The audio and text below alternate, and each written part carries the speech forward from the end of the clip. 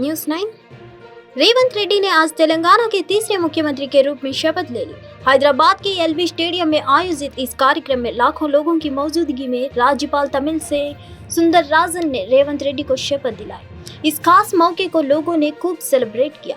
रेवंत रेड्डी के साथ मल्लू भट्टी विक्रमार्क ने उप मुख्यमंत्री पद की शपथ ली। इनके अलावा नर्मदा उत्तम कुमार रेड्डी, सी दामोदर रजन सिन्हा, कोमट रेड्डी वेंकट रेड्डी, एस डुडिल्ला श्रीधर बाबू, पुंगलेट श्रीनिवास रेड्डी, पोन्नम प्रभाकर, कोंडा सुरेखा, अनसुया सीतक्का, तुम्मला नागेश्वरराव, कृष्णाराव और गद्दम प्रसाद कुमार ने कैबिनेट मिनिस्टर के रूप में शपथ ली है।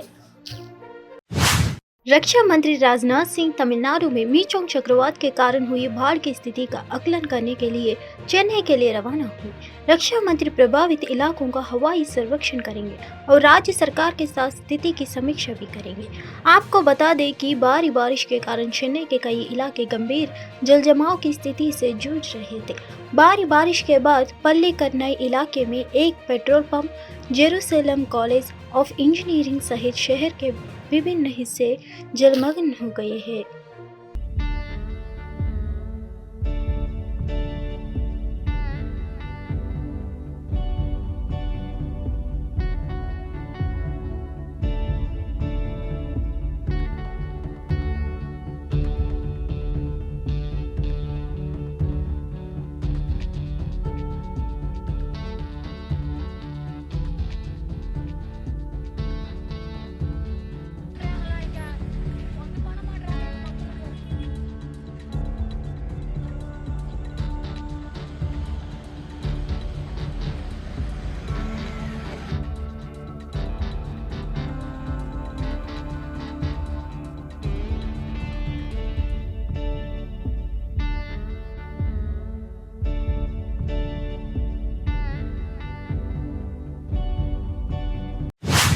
कांग्रेस सांसद के सुरेश ने मीडिया से बातचीत की। इस दौरान उन्होंने कहा कि चुनाव अभियान के दौरान हमने 6 गारंटी का वादा किया था। हमारा पहला एजेंडा यह है कि उन 6 गारंटियों को सीएम द्वारा अधिग्रहण के तुरंत बाद लागू किया जाए। आगे के सुरेश ने कहा कि हम अपनी 6 गारंटी लागू करने जा रहे हैं। हमने कर्नाटक में 5 गारंटी का वादा किया था और सत्ता में आने के बाद पहले कैबिनेट में उन्होंने एक एक करके फैसले लिए। हम तेलंगाना में भी इसे दोहराने जा रहे हैं। During the election campaign, we promised 6 guarantees. That first, our agenda is that 6 guarantees implement immediately after the takeover of the CM and other ministers. We are going to implement our 6 guarantees. Karnataka, we also promises as 5 guarantees to people of Karnataka. After we got a power, the chief minister and ministry take over the. After their oath taking, then immediately first cabinet they have decided one by one. So same we are going to repeat in Telangana. Delhi की हवा में खुला जहर फिलहाल घटता नहीं दिख रहा है। पूरा एनसीआर इस वक्त धुंध और धुएं की एक खतरनाक चादर से घिरा हुआ है। केंद्रीय प्रदूषण नियंत्रण बोर्ड के मुताबिक दिल्ली में समग्र वायु गुणवत्ता गंभीर श्रेणी में बनी हुई है। राष्ट्रीय राजधानी का वायु गुणवत्ता सूचकांक बहुत खराब श्रेणी में रहा। शहर के कुछ हिस्सों में हल्की धुंध छाई रही, जिससे प्रकाश का जमीन तक पहुंचना मुश्किल हो गया और दृश्यता कम हो गई है। खराब AQI के कारण लोगों ने सांस लेने की दिक्कत की शिकायत की। विभिन्न क्षेत्रों के ड्रोन दृश्यों में दिल्ली धुंध की एक पतली परत में लिपटी हुई दिखाई दे रही है।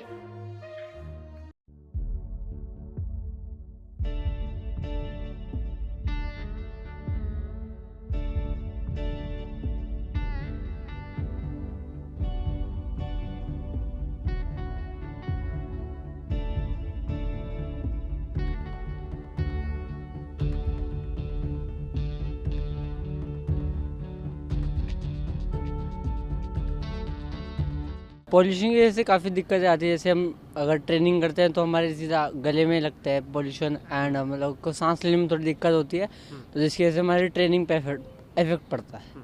अच्छा, किलोमीटर्स में काफ़ी फ़र्क पड़ता है बिकॉज विंटर भी है एंड विंटर में पॉल्यूशन ज़्यादा है, तो उसकी वजह से जब हमारे रजत सांसद मनोज झा पूर्व पीएम जवाहरलाल नेहरू को लेकर गृह मंत्री अमित शाह के बयान पर प्रतिक्रिया दी। उन्होंने कहा, श्यामा प्रसाद मुखर्जी के पत्र पढ़े, महादेव देसाई ने अंतिम चरण को देखे, आपको सब कुछ पता चल जाएगा। मेरा मानना है कि अगर आप आज भी नेहरू से इतना डरते हैं तो आपको जवाहरलाल नेहरू का मंत्रालय बनाना चाहिए और एक दिन उनके बारे में 12 घंटे लंबी चर्चा करनी चाहिए, तब आपके सामने सारी हकीकत सामने आ जाएगी। दो बड़ी गलतियां जो पंडित जवाहरलाल नेहरू के प्रधानमंत्री काल में हुई, सबसे बड़ी गलती जब हमारी सेना जीत रही थी, पंजाब का एरिया आते ही सीज फायर कर दिया गया। अगर सीज फायर 3 दिन लेट होता तो पाक ऑक्यूपाई कश्मीर आज भारत का हिस्सा। जिनका पूरा ट्रेनिंग संघ के वो 54 छाप किताब में हो, वो इससे ज्यादा क्या बोल सकते हैं? कि अगर इतना ही नेहरू का खौफ है आज भी आपको, एक तो अपना एक डिपार्टमेंट बनाइए मोदी जी की मंत्रालय, जवाहरलाल नेहरू मंत्रालय। जवाहरलाल नेहरू पर एक दिन 12 घंटे की चर्चा कर लो। दूध का दूध, पानी का पानी होगा।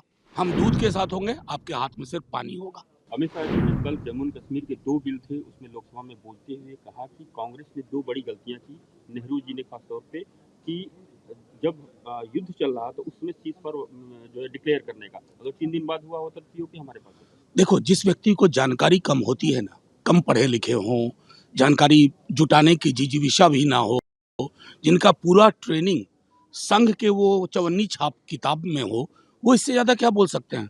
अरे श्यामा प्रसाद मुखर्जी के पत्र पढ़िए, महादेव देसाई के लास्ट फेज को देखिए, बड़ी मोटी किताब है, किसी से पढ़वा लीजिए, सब कुछ पता चल जाएगा। मैं तो सीधे ये मानता हूं कि अगर इतना ही नेहरू का खौफ है आज भी आपको, एक तो अपना 3 राज्यों में जीत के बाद बीजेपी गदगद हो गई है। बीजेपी नेता इस जीत का श्रेय बहुत हद तक प्रधानमंत्री मोदी को दे रहे हैं। इसी कड़ी में आज बीजेपी संसदीय दल की बैठक में पीएम मोदी का बीजेपी सांसदों ने जोरदार स्वागत किया। जैसे ही पीएम मोदी हाल में पहुंचे, संसद नारे लगाने लगे, मोदी जी का स्वागत है। इसके बाद बीजेपी के राष्ट्रीय अध्यक्ष जेपी नड्डा ने पीएम मोदी का माला पहनकर और शाल देकर सम्मानित किया। इसके बाद पीएम मोदी संसदों को संबोधित करते हुए कहा कि मैं मोदी हूँ, मुझे मोदी जी कहकर मुझे जनता से दूर ना करे।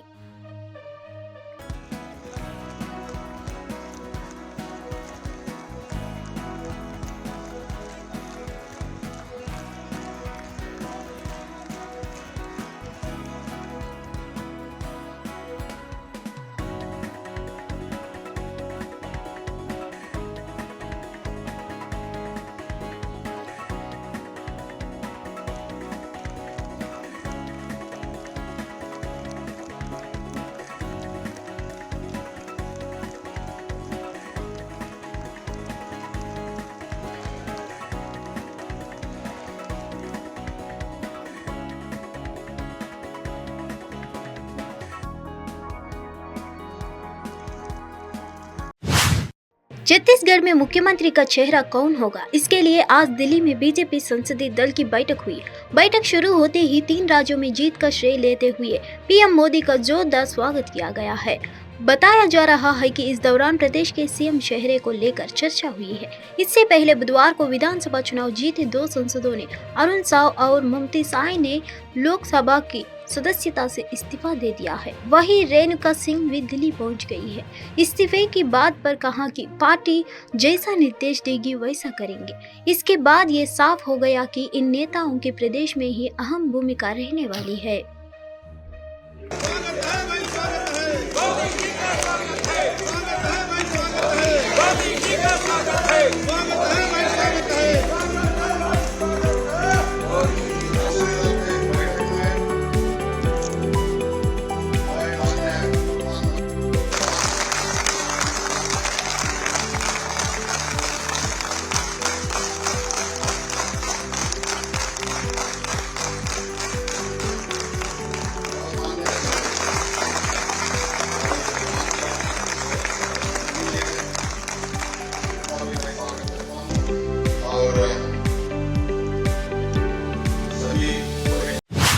मिजोरम के आइजोल शहर में लगातार बारिश हुई।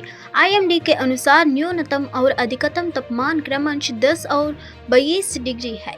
आईएमडी के अनुसार आइजोल में बादल छाए रहेंगे और हल्की बारिश होगी। अधिकारियों ने कहा कि स्कूल बंद कर दिया गए। लगातार बारिश से आइजोल शहर में कई सड़कें अवरुद्ध हो गई है और राज्य की राजधानी में बिजली आपूर्ति लाइनें टूट गई और दूर संचार प्रणाली बाधित हो गई है।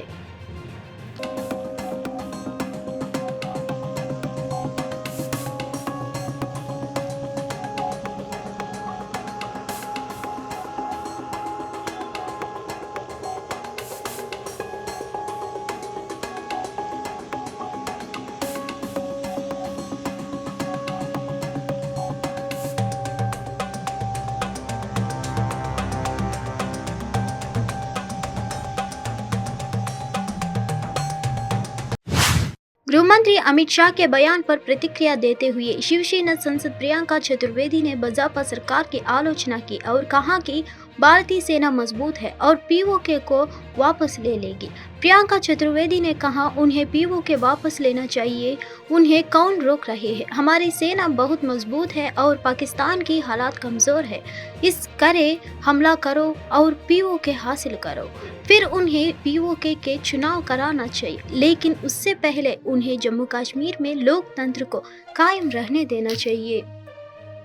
पीओके को ले आए वापस, किसने रोका है? अभी भी हमारी आर्मी बहुत स्ट्रांग है, पाकिस्तान की हालत पुख्ता है। आप कर दीजिए, हमला कर दीजिए, पीओके को ले लीजिए। और प्रधानमंत्री नरेंद्र मोदी जी तो विश्व गुरु हैं ही, तो पूरी दुनिया को कन्विंस कर लेंगे कि हमने किया। ये तो मैं तो कहती हूँ स्वर्णिम काल, अमृत काल जो कहते हैं प्रधानमंत्री नरेंद्र मोदी जी। पीओके को वापस ले आए, वहाँ पे चुनाव कर लें, पर सबसे पहले उस चुनाव से पहले जम्मू और कश्मीर में प्रजातंत्र का बहाल करें। मोदी सरकार के अंतरिम बजट से लोक लुभावनी घोषणाओं का इंतजार कर रहे लोगों को वित्त मंत्री निर्मला सीतारामन के एक बयान से मायूसी हाथ लगी है। वित्त मंत्री ने कहा, आने वाले अंतरिम बजट में सरकार कोई बड़ी घोषणा नहीं करने जा रही है। उन्होंने कहा कि इसके लिए जुलाई 2024 में पेश होने वाले पूर्ण बजट का इंतजार करना होगा। CII global economic policy forum 2023 को संबोधित करते हुए वित्त मंत्री ने कहा, मैं आपकी उम्मीदें नहीं तोड़ना नहीं चाहती, लेकिन 1 फरवरी 2024 का पेश हो वाला बजट केवल वोट ऑन अकाउंट है। नई सरकार के गठन होने तक सरकार के खर्चा को पूरा करने के लिए अंतरिम बजट पेश किया जा रहा है। इसमें कोई बड़ी घोषणाएं नहीं होने जा रही है। आपको इसलिए आम बजट के बाद का इंतजार करना होगा।